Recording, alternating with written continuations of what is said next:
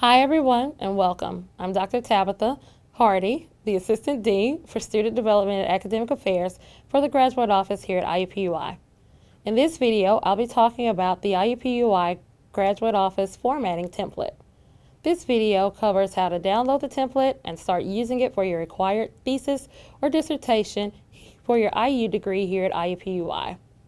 To learn more about why we here at the Graduate Office highly recommend you use the template, please refer to the Why Use the Template video. It will be located on our Graduate Office website.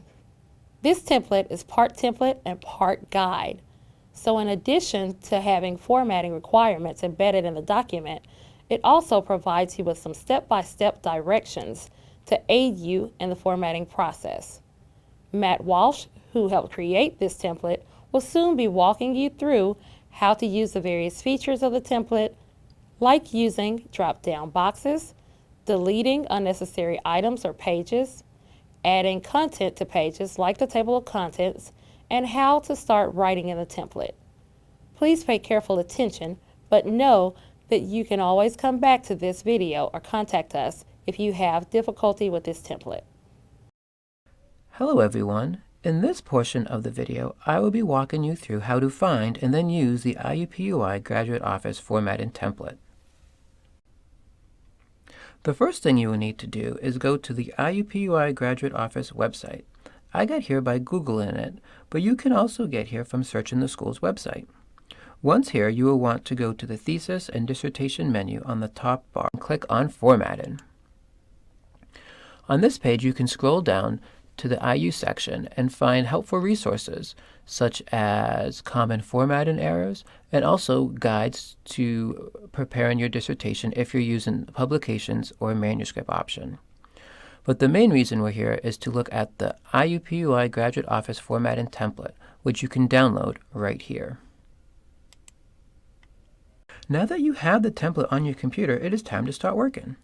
We recommend that you start doing this as early in the process as you can. This template is really part template and part guide, and I will show you how it's both. I will not be going over the embedded pre-formatted features, but know that this template comes pre-formatted so that the requirements like margins and page numbers are set up correctly, as are hyperlinks if you type them or paste them into your document. So you can see here that this margin on the left-hand side is set up for a 1.5 margin, which meets the IUPUI requirements, so do not change this. This template also is in the correct order with each section appearing as it should in your document. Please note that this template is set up in Times New Roman 12-point font. If you use another approved font type and size, make sure that you adjust the page numbers to match. Therefore, if you want to use Arial 11-point font, you'll have to change this template and the page numbers. Line spacing is a similar situation. This template is pre-formatted using double spacing, but 1.5 spacing is also acceptable. Note that some pages or parts of pages utilize single spacing in this template. Those should remain untouched. Starting at the title page, we have everything formatted for you, including the lack of page number. At the top, there is a mock title here as a placeholder. Insert your title here, keeping the same formatting, so you'll notice that it's double-spaced and in all capitals. If you're a PhD student, make sure that your title on this document matches the exact title that you had in your defense announcement. When it comes to your name, it should match as you have it on your transcript. So that would be your first name followed by your middle name or middle initial, and then your last name. And the placement should be in the center just as we have it here. Down below, you will see this submittal clause. We have the wording pre-formatted for you to meet the exact requirements of IU, and then we have drop-down boxes for you to select. So you can select your degree by clicking here and picking Master of Arts or Science or Doctor of Philosophy. We then have language for your school or department, whether it's department, school, or program. We then list every single graduate program here at IUPUI so that you can pick what's appropriate for you. Finally, we have the date for you to use. This will only show up as the month and year per our requirements. It's important to note that this is the month of submittal, not the month that you defend or the month that you start your review process. This will be the month that you do your final upload to either Progress or ScholarWorks, depending on your degree. Again, this is not the date that you submitted to your committee or that you first started your format review. If we go down, we now see the acceptance page. Here again, we have pre-formatted language as well as a drop-down box for you to pick your degree. We also have a drop-down box for your committee type. And finally, we have the date that you defended. If you're a PhD student, you'll select the date here. If you're a master's student, you do not need this date, and you can follow the instructions of right-clicking and then cut in this to delete it. You will also notice that we have spaces for your chair and your committee members. If you have one chair, you'll keep this here as well as add in their degrees and names. If you have a co-chair, this will change to co-chair as well as this one. If you do not need all these lines, delete them.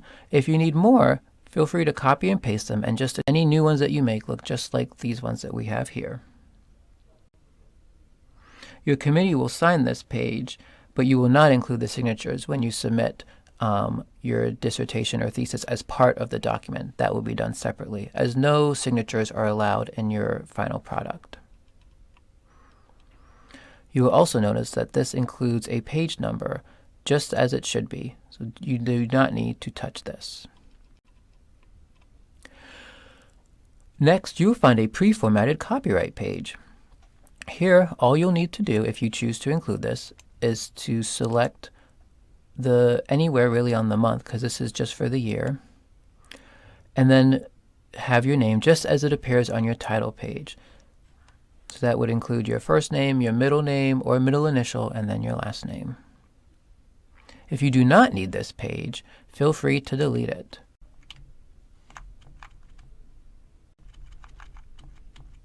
When you delete, ensure that the next page starts at the top, as it should, just as I'm demonstrating now.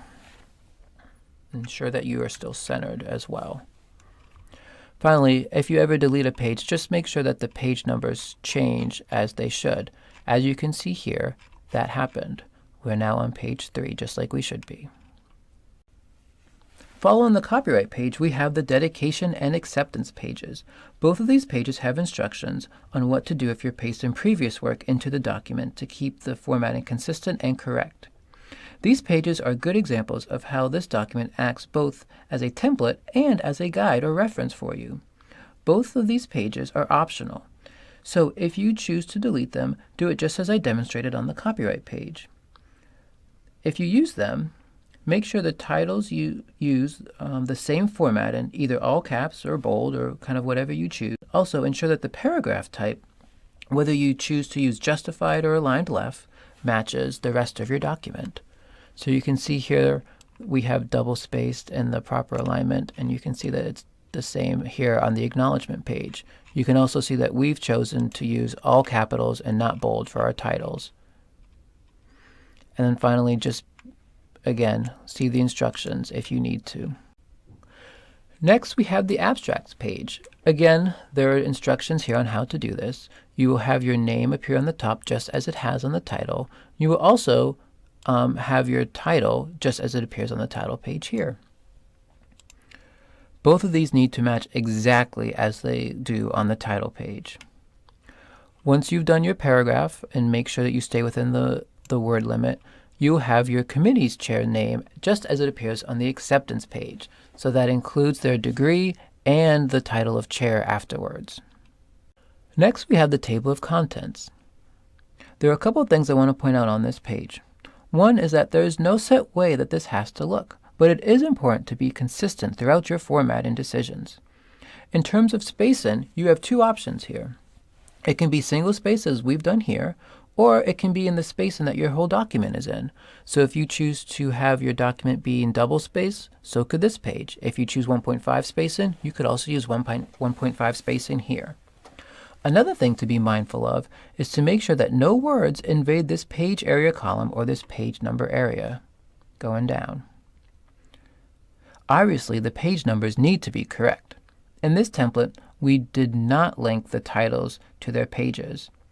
in the text, but that is something that you can choose to do if you desire. If not, it's recommended that you double check all your page numbers before you submit this for your format review to ensure everything matches up as it should. You can follow this format. It does not have to look exactly like this. You definitely want to follow this kind of format. The leader dots and page numbers are required for all entries except for your CV, which I've just highlighted. You need to have different levels organized so the reader can differentiate them. So as you can see here, we have place fillers for your title page, for your chapter titles. We have level 1 headers as well as level 2 headers.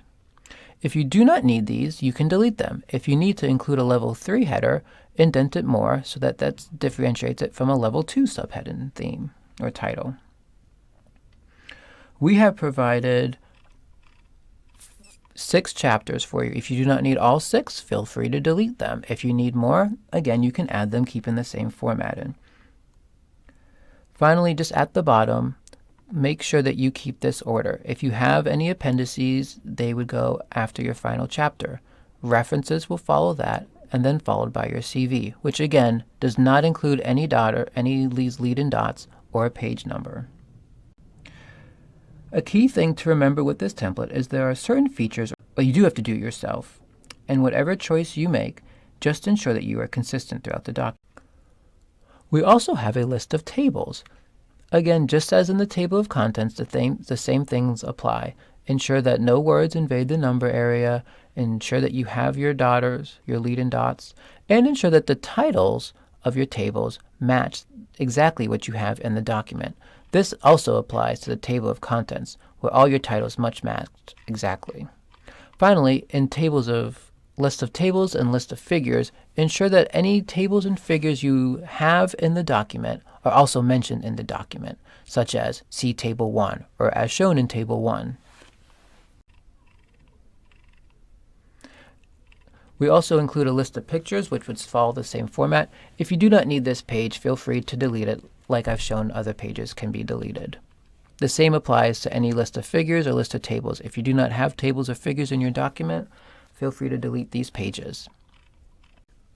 We also have a list of abbreviations which you may use. This is relatively open in terms of formatting. Just have it be clean and try to keep it in a similar format as you've done with other pages.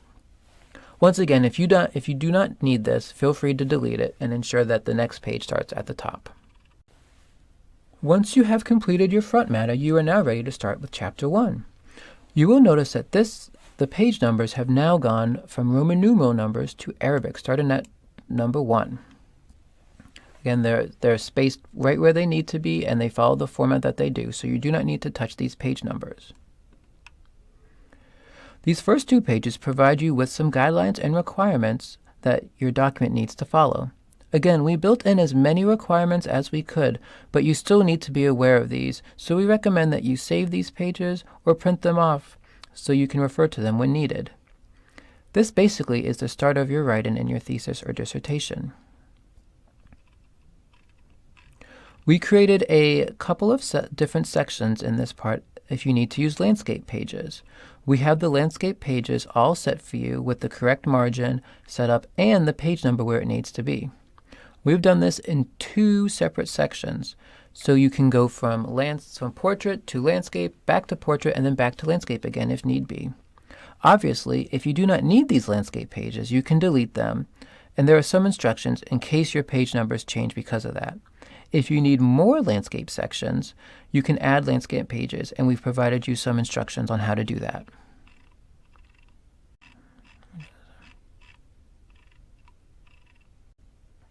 We did not include an appendix or reference page for you, but if you need an appendix section, that should have the title in the same format as your chapter titles. Also, make sure you reference all your appendices in the text, just like you will your tables and figures. For your reference page, there is not a specific required style guide. The only requirement is the title for the reference page matches the chapter title format that you use. So if you use all capitals in every chapter title, you will do the same for other sections like the appendix or the references, as well as your CV, which we will now discuss. So your curriculum vitae is the last page.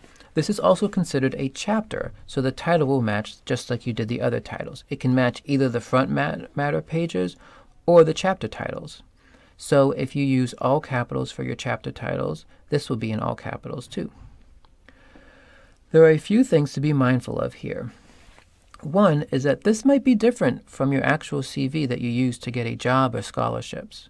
We've outlined some requirements, but I want to highlight a few, like no personal information, which includes your email, phone, address, but also any license numbers you might have.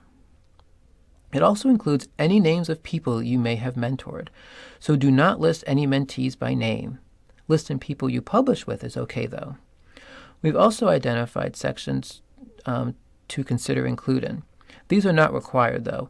The only required section would be your name and your education. One more thing to point out is these pages will not have any page numbers, so you can see that they have now disappeared, so do not add them. This can be as long as you'd like and should reflect your education and why you have the authority to write your dissertation or thesis. Finally, on this last page, we have again just a reminder and a congratulations. Be sure to be familiar with our website and reach out if you need any help. So that is the IUPUI Graduate Office Formatting Template. We've tried to take all the complicated, mundane, technical aspects of your formatting out of the equation for you so you can focus on your writing. Thank you, Matt. Now that you've seen how to use the template, let me leave you with some helpful tips to guide you through this process. We strongly encourage you to become familiar with the IUPUI Graduate Office website. This template is just one of many resources that are available to you through our website. We also have information on important requirements as well as needed forms and other vital information you need to complete your graduate degree here at IUPUI. We also encourage you to start using this template early on in your process. If your program requires a written qualifying exam or submission of some chapters as a part of a proposal defense, try using this template for those requirements so you have a head start on your formatting. It may also be beneficial to focus on formatting first so that when it comes time to write, you can just focus on doing good scholarly work instead of the formatting requirements. Like I mentioned before, this template has several guides and requirements listed in it. Save these pages so you have a quick and easy way to reference them later. Make sure you stay up to date on all instructions and timelines needed to graduate. We know that this can be a long and intense journey, but devoting some time each day to work on your thesis or dissertation may be a useful approach in helping you stay on track. It is always wise to proofread your document and definitely double check your work, including formatting, before submitting it for a format review. Finally, we're here to help, so don't hesitate to reach out to the graduate office for any assistance you might need. Congratulations on nearing the end of your graduate degree here at IUPUI. Thank you for watching, and best of luck as you work on your thesis or dissertation.